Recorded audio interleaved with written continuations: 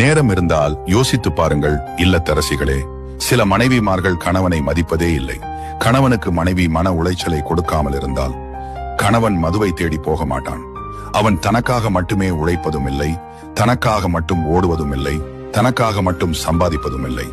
அனைத்தும் அவனுக்காக மட்டுமே இல்லை என்று தெரிந்தும் இந்த உலகத்தில் ஓடிக்கொண்டிருக்கும் ஒரே ஜீவன் கணவன்மார்கள் மட்டுமே. ஆனால் அவனை புரிந்து கொள்ளாத மனைவிகளே இந்த உலகத்திலேயே ஏராளம். கணவன்களை சிரிக்க வைக்கும் மனைவிமார்கள் கிடைத்துவிட்டால் கணவன் ஒருபோதும் கோவிலுக்கு செல்ல மாட்டான். மனைவிகளே, நீங்கள் தெய்வமாக மாறுங்கள். நீங்கள் சிரித்தால் தான் அவன் சிரிப்பான். உன் அன்பே அவனுக்கு கோவில், உன் வார்த்தைகள் தான் அவனுக்கு வழிகாட்டு விளக்கு.